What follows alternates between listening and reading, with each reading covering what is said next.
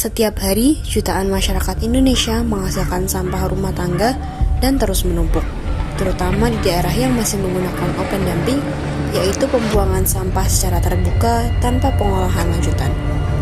Penumpukan ini dapat mencemari lingkungan dan membahayakan kesehatan masyarakat sekitar. Karena itu, memahami timbulan dan komposisi sampah domestik menjadi langkah penting untuk merencanakan pengelolaan sampah yang lebih efektif dan berkelanjutan.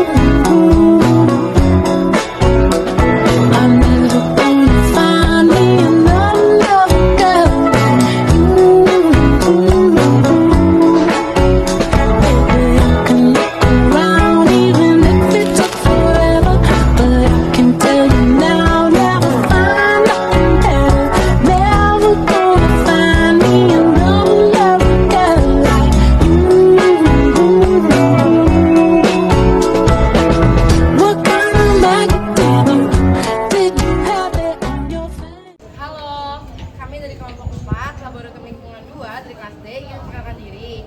Nama saya Mahira dengan NIM 55. Nama saya Aditya Desya dengan NIM 147. Nama saya Nadia Karisa, NIM 31. Nama saya Abdillah dengan NIM 89. Nama saya Cakraburata dari NIM 24. Saya Arina Melahar dengan NIM 86. Saya Taya Tabris dari NIM 130. Saya Tiriska Zakia dengan NIM 82. Saya Akela Sabrina dengan NIM 166. Dan saya Salma Nandita dengan NIM 120. Oke, selanjutnya ini kita akan melakukan sampling sampah. Ditunggu ya videonya. Pada praktikum sampah kali ini diawali dengan meminta perizinan kepada ketua RT setempat untuk dilakukan penyebaran trash bag ke rumah warga sekitar yang akan digunakan sebagai sampel pada praktikum. Selanjutnya kami melakukan penamaan pada masing-masing trash bag dengan keterangan T untuk sampah permanen sejumlah 2 sampel, PS untuk sampah semi-permanen sejumlah 2 sampel, dan PN untuk sampah non-permanen sejumlah 1 sampel. Kemudian dilanjutkan dengan membagikan trash bag yang sudah diberi nama ke warga setempat. Praktikum ini dilakukan berdasarkan SNI 3964/2025. SNI tersebut merupakan SNI terbaru yang diperbarui dari SNI 193964 tahun 1994. SNI ini diperbarui untuk menyelaraskan standar dengan perkembangan zaman, teknologi, dan kebutuhan data pengelolaan sampah yang lebih akurat dan terintegrasi. Pada praktikum ini juga dibutuhkan trash bag, kemudian terpal, kotak ukur, APD, tangkat kayu, dan sampel sampah. Berdasarkan SNI terbaru, pengukuran timbulan sampah dilakukan menggunakan box sampling berukuran 54 liter atau seukuran 30 x 30 x 60 cm. Di hari berikutnya kami mengambil sampel yang sudah terisi berbagai jenis sampah, kemudian dibawa ke gedung teknik lingkungan untuk dilakukannya praktikum timbulan sampah. Selanjutnya, masing-masing jenis sampah ditimbang menggunakan timbangan digital. Kemudian, masing-masing jenis sampah dimasukkan ke dalam kotak ukur secara bergantian. Tidak lupa juga, kotak sampah diletakkan sebanyak 3 kali.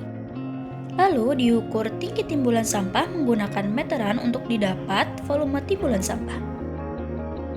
Setelah semua sampah diukur volumenya, sampah dikumpulkan menjadi satu di atas terpal hingga homogen, lalu diratakan.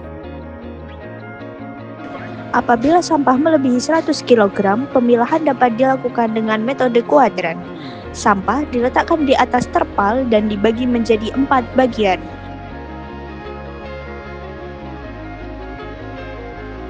Dari keempat bagian tersebut, dapat diambil secara silang atau cross sebanyak 2 bagian. Dari 2 bagian dicampur menjadi satu kesatuan untuk mendapatkan hasil yang representatif. Kemudian, sampah dipilah sesuai dengan kategorinya. Dilanjutkan dengan memilah sampah sesuai dengan komposisi jenis sampah. Pada video ini kami membagikan kategori komposisi sampah berdasarkan kategori organik dan non-organik. Untuk sampah organik terdapat sampah sisa makanan, daun, kayu, dan ranting. Dan untuk sampah non-organik terdapat plastik, kertas, logam, kain, kaca, karet atau kulit, dan residu. Selanjutnya, masing-masing komposisi sampah dimasukkan kembali ke dalam trash bag untuk ditimbang.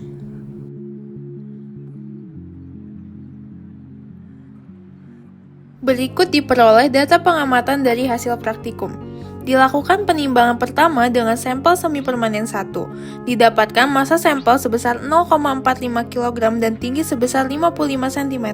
Sehingga, volume yang dihasilkan adalah sebesar 22 liter. Pada sampel semi-permanen 2 didapatkan massa sampah sebesar 0,65 kg dan tinggi sebesar 61 cm. Sehingga, volume yang dihasilkan adalah sebesar 24,4 liter. Pada sampel permanen 1 didapatkan massa sampah sebesar 1,05 kg dan tinggi sebesar 51 cm, sehingga volume yang dihasilkan adalah sebesar 20,4 liter. Pada sampel permanen 2 didapatkan massa sampah sebesar 4,45 kg dan tinggi sebesar 82 cm, sehingga volume yang dihasilkan adalah sebesar 32,8 liter. Pada sampel non-permanen didapatkan massa sampah sebesar 0,6 kg dan tinggi sebesar 60 cm, sehingga volume yang dihasilkan adalah sebesar 24 liter. Adapun komposisi sampah yang didapatkan dari seluruh sampel tersebut untuk organik adalah sebesar 2,3 kg yang didapatkan dari sisa makanan.